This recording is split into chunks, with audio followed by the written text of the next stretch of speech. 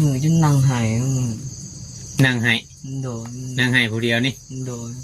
เอาแล้วผู้เดียวก็ให้เป็นบ่จ้ะบอกว่างี้หายแล้วน้ำตามันออกสงสารตัวเองผู้เดียวก็ให้เป็นเนาะคนเนาะคิดใจตัวเองเนี่ยโทษบ่เมื่อยกับชีวิตตัวเองนะเนาะอะไรก็ได้มันทำดีมือติ่งจะมีครบหมดแต่ว่าเฮาก็ยังบ่กลุ่มตัวเองเลยว่ามันจำเป็นย้อนเฮาก็บ่จักคือกันเนาะว่ามือตีนก็มีครบอยู่หักมันบ่กลุ่มตัวเองนี่เนาะนี่แหละพี่น้องเนาะจะมีครบอยู่มันก็คือว่า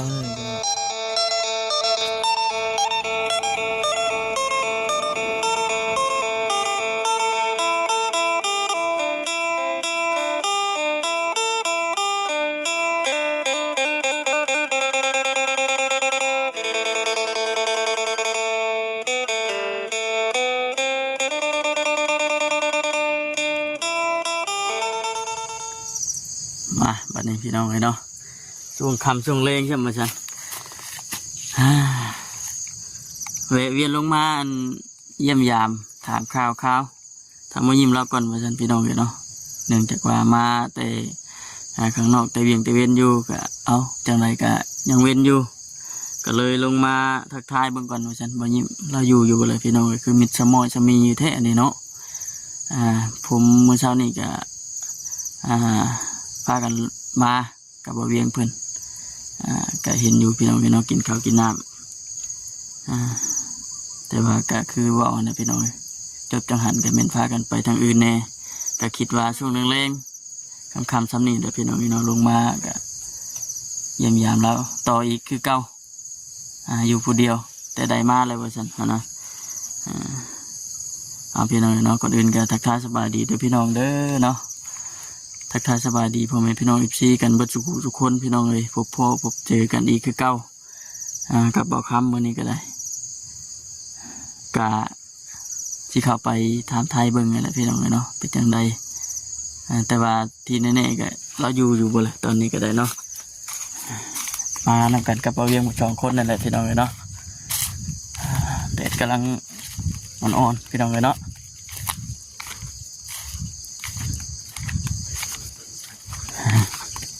เห็นเลย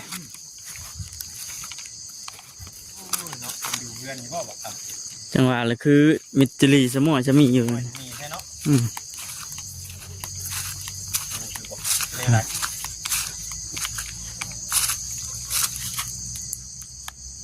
คือเห็นผ้าอยู่ครับคือเห็นผ้าอยู่เนาะนี่ดิดูอยู่เนาะผ้ายังเห็นเกิดยังเห็นอยู่เกิดแต่ว่าเกิดในป้าพี่เนาะเกิดคืออยู่พุ่นเกิดเอาบาทเกิดแล้วคือมาไหวทั้งหัวพี่เป็ดเข่านี่เรากินตั้งแต่มื้อที่วานเฮาลงมาพุ่นได้นะบ่เวียงเลยเห็นบ่เห็นเราหุงใหม่บ่จังหวะเด้อเนาะยังเต็มอยู่พี่น้องเลยเนาะคือว่าบอลนั้นใบถวยใบห่วงเรามันมีนอกพี่ทำว่าอะไรจะกัน2 เสาว่าฉันเนาะก็ดีเห็ดชานเนาะเห็ดชานเนี่ยมุงไว้นะเห็ดต่างกันคือเก่าพี่น้องเลยเนาะสบายดีเด้อมากับบ่เวียงคือเก่าอยากแดดเนี่ยมันก็เลยคือนั่นนะแม่นใส่ดูอยู่บ่เนี่ยคือนอนแบบขาสีพังงางอยู่มีทางไปแล้วบ่เนาะบัดนี้บ่ยิ้มปกติขึ้นมาบ่ได้พ่อเพิ่นได้ไปขึ้นก้อนหมอยบุกได้บัดนี้จังไดบัดนี้คือนอนมือไกลหน้าผากอยู่บัดนี้ฮะใช่อุกใจโอ้หมูห่อนบ่ห่อนนี่โอ้หนาอันนี้ก็เฮ็ดอันนี้ก็ยังบ่แล้วเลยเอาผ่าขังเนาะเอาอันผ่านี่นะมากังเอาถามคนหนึ่งว่าอุกใจไปได้แบบนี้ใจไปได้เขากินที่เบิดนี่บ่เวียงในหุงอีก2 เทื่อหมอหน่อยยันได้อยู่2 เทื่ออุกใจน้ำขาวสิเบิดบัดนี่ตัวตายที่นอนแบบจนเปลี่ยนสีที่นอนหนาวเนาะ ตอนคืนกับบ่ได้อันนั่นบ่ได้อูดบ่อันควันไฟควันหยัง อูดอยู่ มันอูดมันเก่าย้อนควันไฟได้เนาะ โดย เพราะว่ามันซึ่งกันบนขีดตะไคร้เด้เนาะ มันแบบน้อย เขา ตู้ จักจีไปทางใด เวียกเด้อเวียกเหตุงานทำได้เป็นอะไรเด้อเนี่ย บ่ค่อยมี เบิดเวียกบ่ โดยมันบ่มีเรื่องส่วน อ๋อลุกขึ้นมาว่าน้ำเอฟซีจะดีอยู่มานั่งว่าน้ำเอฟซีจะดีอยู่ขึ้นใจแห้งบ่จะขี่ไปเฮ็ดหยัง โดย ไปหาทางป้าอยู่ใส่กับบ่มีบ่เดียน โดยไปหาเวียกก็มันบ่มีไปถามบ่ได้ก็เกี่ยวข้าวบ่ได้ก็ถึงสิมีเวียก เกี่ยวข้าว โดย โอ้ยังเป็นเดือนบ่ได้เกี่ยวข้าวเนาะบ่ครับ อีกเป็นเดือนพอแล้วเดือนปลายรู้จัก อืม เมื่อกี้ว่าไปอยู่จะคือว่าสมองจะมีอยู่เมื่อกี้นี่แต่ขึ้นมาแล้วแม่นนอนคิดอยู่นี่ โดยจักทางสิไปบางมื้อก็ไปหาเลาะตามเวียกก็บ่มีบางมื้อก็ อืม ไปทางก็ว่ายังมีเวียกเหรอ ป้ามันยังก็บ่ได้ทางคือเก่าแล้ว บ่ หาเฮ็ดกับมันเดิมจากเบิดได้บ่ โดย โอ้มันเดิมจากเบิดได้รู้มันคือกันได้เฮ็ดบ่ได้ออกตลอดได้เนาะ อืม มันบ่ได้มีตลอดได้เฮ็ดนะ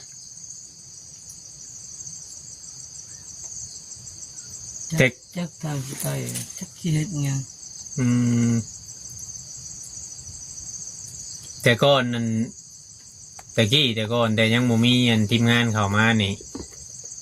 เจ้าจะรักแต่จะเฮ็ดหยังใช่บ่นี่ ก็เฮ็ดเวียกไงก็หาทำเวียกไง อืม มัน มือก็มีมือก็บ่มี เอาง่ายๆจะเป็นถึกช่วงเนาะว่าได้เลยเนาะถึกช่วงมีเกิด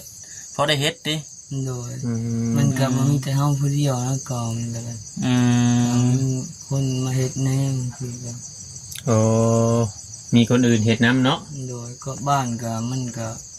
บ่ได้ใหญ่ก็มันก็ผู้คนก็มันก็บ่ค่อยหลายคือนี่นะ อืม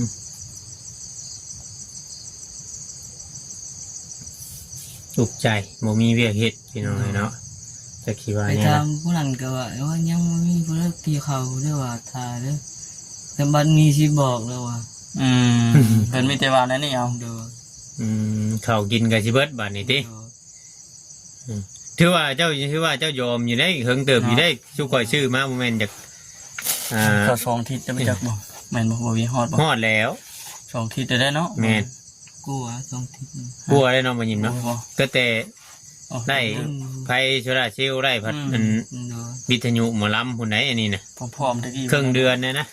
ฮอดได้15มื้อ16มื้อ ถือว่าเราก็ประหยัดกินอยู่พี่น้องเนาะ เมื่อคืนว่าหาเฮ็ดหาหอนก็มันก็สิพอซำได้เนาะ โดย หาเรื่องเลย ก็ ก็ ไปถามเพิ่นเพิ่นว่าบ่มีเวียกก็หาเลาะเฮ็ดหาเลาะอันนี้ไป อืม แม่งตาคือแดงนี่ ไม่จักที่แก่นมืดนี่จักบ่ฮู้ว่าสิไปทางใดว่าว่าสิไปขอเพิ่นกินก็บ่กล้าเพิ่นเลยเพิ่นก็เอาให้อยู่ก็ว่าเฮาก็บ่กล้าขอเพิ่นเลย ปกติก็ขอเพิ่นมีคนเอาให้อยู่บ่ โดยก็เอาให้อยู่บางเทื่อก็เอาให้พอได้กินเด้อแต่เพิ่นก็บ่ได้ให้ อื อัน ม นั้นเนาะ มีอยู่บ่ผู้เว้าใช่ก็ ก็มีอยู่ ไปบ่ใช่นั่นนี่นะก่อนเพิ่นสิให้หั่นนะ มียังมีเครื่องผักยังให้เพิ่นจะให้นี่นะ ต้องมีเครื่องไปเละ โดยแปลว่า มีเฮ็ดยังว่าจะไปให้เพิ่นก็ให้กินเดือนไหนนะ จังว่าขอปากเปล่าบ่เฮาบ่กล้าบ่ได้ติ โดย อืม ก็เพิ่นก็ว่าแม่นญาติพี่น้องว่าแม่นญาติฮะชาวบ้านนั่นแหละนี่นะ เป็นชุงชานก็สัมปชุงชานแล้วว่าเพิ่นก็ได้แล้วฟังเพิ่นก็ต้องเลี้ยงครอบครัวแล้วว่า อืม เพิ่น มีบ่เพิ่นให้คือบ่ไปหาเฮ็ดเวียกเฮ็ดงานมาขอแต่เข้าวจังซั่นสิก็มีบ่ ก็มีอยู่ว่า มีคือกันเนาะ โดย อืม ไปก็จึงเมื่อยไปว่าไปก็เพิ่นก็บอกคำเก่าตลอดว่าเกี่ยวข้าวแล้วจึงสิมาบอกว่า อืม มีห่างบ่มีบ่บ่อนไปประจำแบบบ่อนที่เจ้าไปอันประจำนะเฮ็ดเวียกนะแต่ก่อน ก็มีอยู่แต่ว่าช่วงนี้ก็เพิ่นก็คือกันเนาะเลยว่าเพิ่นก็ได้ เพิ่นให้มื้อเท่าไรไปเฮ็ดเวียกบ่นี้ นะ ปกติอะนะ ก็แล้วถ้าเฮาเฮ็ดแบบนี้ที่เพิ่นก็จ้างเป็นวันแน่คือว่าคันโลกกาก็จ้างเป็นมัดนี่นะ อืม ตามเฮาโลกชัวเกี่ยวเขานี่ก็ที่เพิ่นก็จ้างเป็นวันแน่ที่เพิ่นก็ถามเฮาว่าสิเมาบ่มันนี่ อืม ว่านี่นะแต่ว่าช่วงนี้มันก็บ่มีงานเฮ็ดช่วงนี้ว่าเป็นก็ได้เพราะว่าที่ทางป่ามันก็บ่มีป่าที่ทางมันก็เป็นก็ได้ บ่ได้คิดท้อขึ้นหยังบ่ในชีวิต ก็คือทอดไปทางใดว่ามืดจนจักทางอยู่ คือ ไป ท้อคือว่าเดียวขึ้นแต่คือเดียวขึ้นแต่คือว่าไปคิดจนชันบ่ได้เลยเนาะ ไม่ได้คิดในนั้นแล้วว่าแบบนี้ บ่ อืม บางทีเฮาจุ่มจักทางที่ไปมืดไปหมดเลยว่า มืดไปเบิด คิดบอกชอบบอกเขาเลยนะเด็ก อืม คือว่าสิไปเฮ็ดงานก็บ่มีงานสิเฮ็ดเลยว่าสิไปขอเพิ่นกินก็ยังบ่มีหยังเอาไปให้เพิ่นก็บ่กล้าคือกันเลยว่า ต้องมีแนวแลกเปลี่ยนนะเนาะ โดย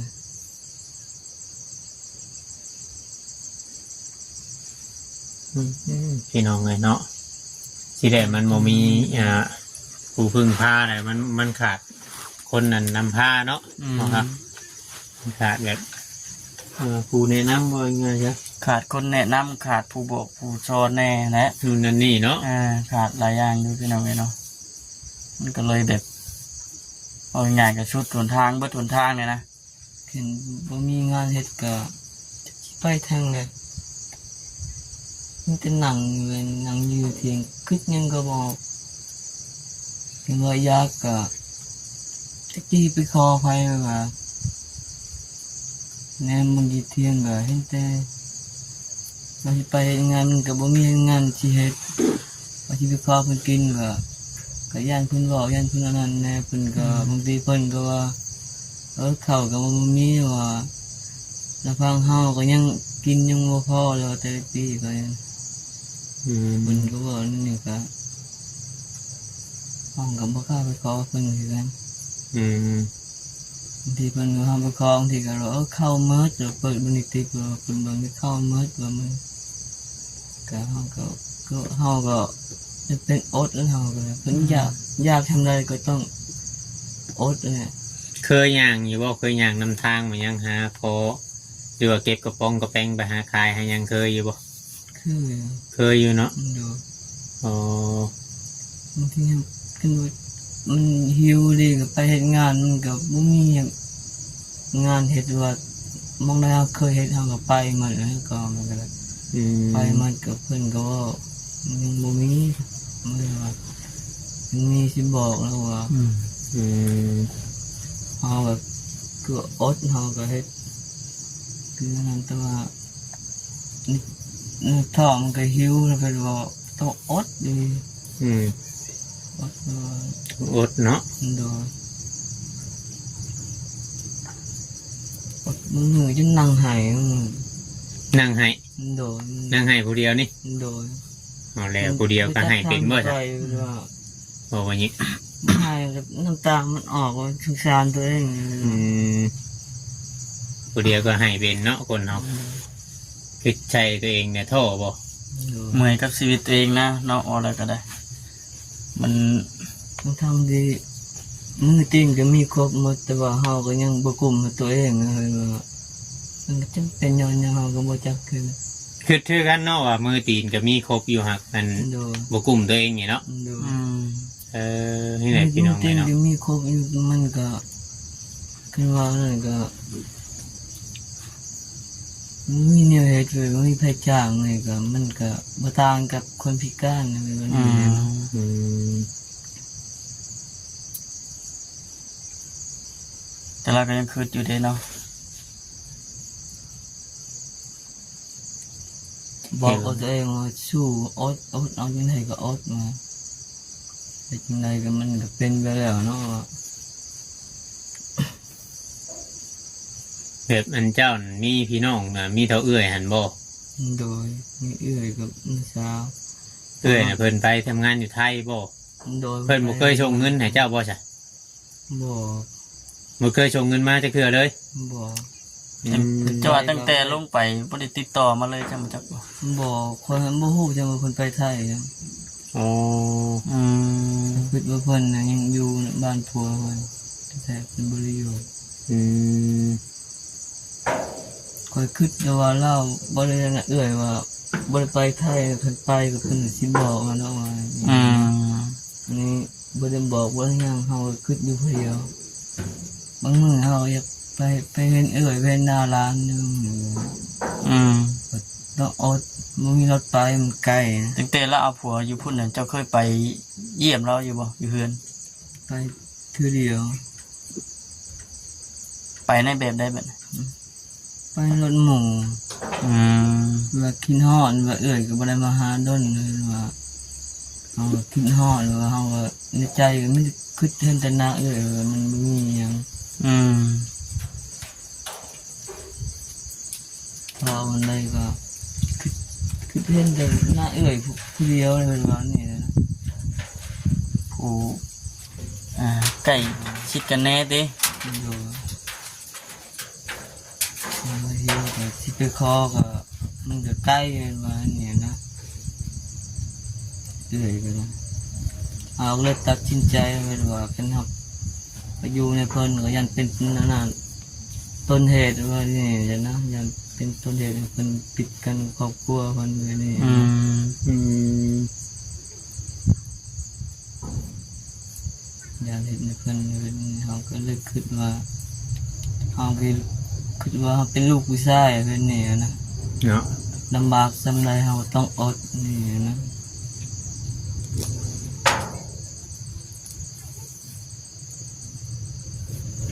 น้องพี่น้องเนาะบัดมัน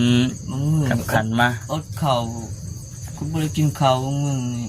ถึง2 มื้อ3 มื้อยังบ่ได้กินอิหยัง บ่ มันจะมีเหือมีแห้งอยู่บ่บัดนี้ ก็บ่มีเหือมีแหงนั่นมันบ่จักทางสิไปจักสิไปทางไหนจักสิขอในไว้แพ่ว่าเราสิไปขอในคนอื่นก็มันก็เฮาก็บ่กล้าเล่นบัดนี้นะ อืม ก็ คนใกล้คนเทียงใกล้เทียงหยังอะเพิ่นเคยเอาข้าวให้กินอยู่บ่ บ่ บ่ได้ให้บ่ โดยเพิ่นก็ อีกหน่อยมาขึ้นมาที่พวนบ่ครับ ต่างคนต่างอยู่หากินเพิ่นเนี่ยนะไปหาได้ก็ไม่ได้กินเพิ่นเนี่ยนะ อืม บางทีเฮาเห็นหมู่กินข้าวแบบกินข้าวเป็นครอบครัวยังบ่เฮาก็คิดจังมีแบบนั้นเด้ว่าเฮาก็เลย พร้อมหน้าพร้อมตาเคียงหน้าเคียงตากันว่าซั่นติ โดยตั้งแต่เกิดมาเฮาบ่เคยกินข้าวแบบนั้นอีกเทื่อเลย บ่ โดย ก็ได้เกิดมาบ่เคยกินข้าวแบบเป็นบงเป็นฟ้าน้ำ รวมผ้า หวมฟ้ากับญาติพี่น้องหรือว่านั่นนี่ โดย แต่ว่าว่าง่ายๆก็แต่จำความได้ โดย อืม ว่าคำว่าที่ว่าก็แต่เกิดนี่เฮากับมึงบ่แน่ได้เนาะบ่ครับเนาะ อืม เห็นมาว่าง่ายๆว่าตั้งแต่จำความได้ ตั้งแต่จำความได้บ่เคยกินข้าวรวมผ้ากับพ่อแม่ โดย อ้ายน้องนำแบบนี้จักเทื่อ โดย มีแต่ เพราะว่าตั้งแต่ว่าจำความได้ไงเพื่อว่ากำลังนั่นน่ะนะกำลังเพื่อว่ากำลังไปนั่นได้นะเพื่อว่านี่นะเด็กหน่อยกำลังลินม่วนเนี่ยนี่นะก็เขายังบ่เข้าใจเพื่อว่าก็บ่คือเด็กหน่อยอันนั้น แบบเสื้อผ้าหน้าแพ้สมมุติว่าคืออัน เจ้านุ่งเจ้าอย่างนี้ได้ใช่หาเงินชื่อเอาเองบ่คือขอนำชาวบ้าน โดยบางทีก็ซื้อเอาเองบางทีก็ขอในเพิ่นเนี่ยบางทีเพิ่นให้ อืม ผู้ชงชาญเพิ่นก็ให้นะ บอก ก็บ่เคยใส่แล้วก็บ่ของใหม่ๆของอิหยังก็ อืม ใส่แต่โตวเก่าไว้บัดนี้ใส่ก็ใส่จนมันขาดเพราะว่าทรงที่ถ่ายยังบ่มี ตอนนี้เปลี่ยนกันยังบ่มี โดยผมพื้นเดียว หาก็ได้ไม่ค่ะทีมงานเข้ามานี่ได้เนาะ โดยฝนตกกับห้องเปียกกันยิ่งนอนอยู่ห้องจนนั่งคิดดูแล้วเจ้าของเรา พอจะซ้ำนี่บ่เด้ โดย ก็คือว่านะพี่น้องเนาะปัจจุบันนี่ก็แม่นอยู่ว่ามีทางรับเนี่ยเพิ่นซอยเข้ามาบางสิ่งบางอย่างเนาะบ่เวียงเนาะ แม่นไหม แต่ก็คือมันเรื่องเวียกบัดนี้ขาดเขินตัวนี้บัดนี้มันก็ไปต่อบ่เป็นคือกันนะ เราหิวข้าวย่างคือที่เมื่อบ้านที่คอในไฟย่างกลับมันสิเพียงคือเก่า ย่างขึ้นโคกแล้วก็กลับมาคือเก่า โดย มันบ่ได้เนี่ยกินน้ำโคกกันดิ โดยก็ที่เมื่อคอกับบุ้ยไปคอเนี่ยนะ อืม มันเลยคือนั่งคิดจังไดก็บ่ออกคิดว่าเฮาเลยขี้ข้านบ่ว่าเล่นบ่ว่า เจ้าคิดอยู่ว่าเจ้าของบ่ได้ขี้ข้านมันยังคิดอยู่ว่าคือว่าขี้ข้านตัวเนี่ยได้ บ่เฮาคือว่าสู้มาเรื่องเวียกเรื่องหยังเฮาก็สู้บ่ถอยไปว่าบ่เคยรังเกียจก็ นักบ่เอาสู้ซั่น โดบ่เคยรังเกียจต่องานบ่เคยรังเกียจอะไรหยัง อืม ก็ยังบ่มีงานสิเฮ็ดเฮาก็เลยว่า อืม ยังอดมื้อก็ได้กินข้าวมื้อก็บ่ได้กินมื้อกินข้าวคาบเดียวก็อดเอา อืม คันนอนอดเอานอนคือ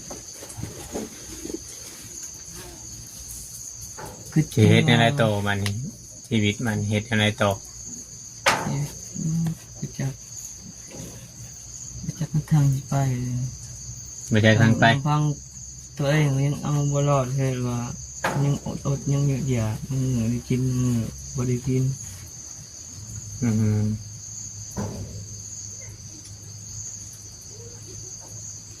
มีแต่ว่าสู่แล้วเนาะบ่คำเนาะมีแต่ว่าเฮ็ดหยังก็ตั้งใจเฮ็ด ตั้งใจเฮ็ดนั่นแหละ มีหยังเฮ็ดน่ะเฮ็ดแล้วนะเว้าง่ายแนวโบสแนวโบสตายนั่นเขาก็คือว่าในพี่น้องในหุงนกสองเทื่อ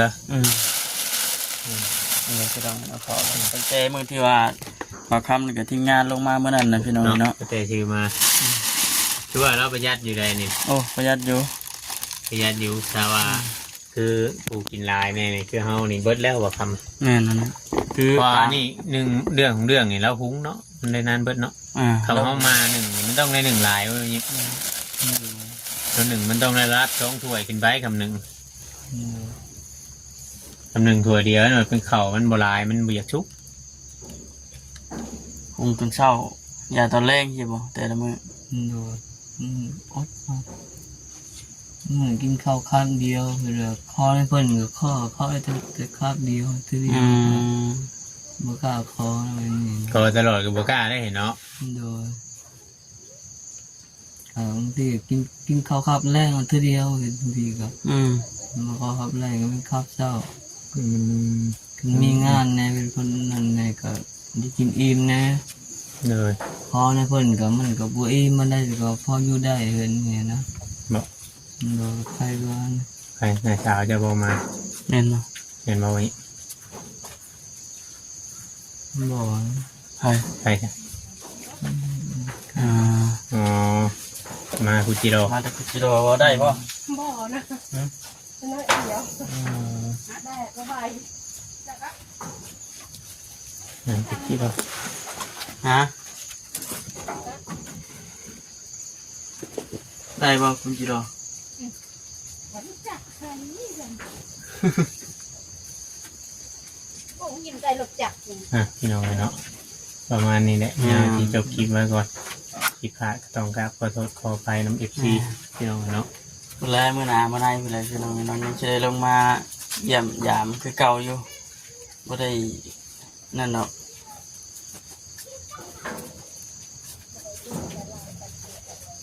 จะสู้ไปแหละมายิ้มไป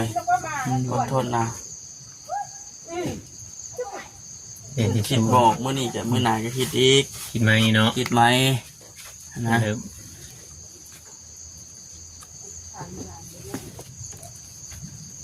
จากความชีวาได้เขาก็นอนบอกคำเนาะมีแต่ว่าสู้ๆนะเป็นกำลังใจให้ แม่ เสื้อผ้าหนาเพกะเฮากับมันตบมันชักมันนำได้เฮ้ย คนเฮา มั มัน มี มีมือโทรมือบ่นะเนาะ แมน สิให้มันสม่ำเสมอเลยก็บ่แม่นแล้วเพราะมันก็มีมือนั่นแหละ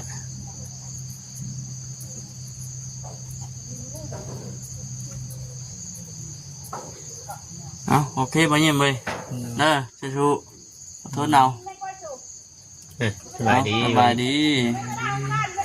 พี่น้อง หายเสียงพี่น้องเลยเนาะ นี่แหละเป็นมันเหมือนที่เราบุญเบิ้ลนี่คือการลง เอาโอเคพี่น้องจังไรก็ สำหรับคลิปนี้ก็ไปก่อนแล้วอยู่ดีมี อยู่ดีมีแฮง คนเนาะสบายดี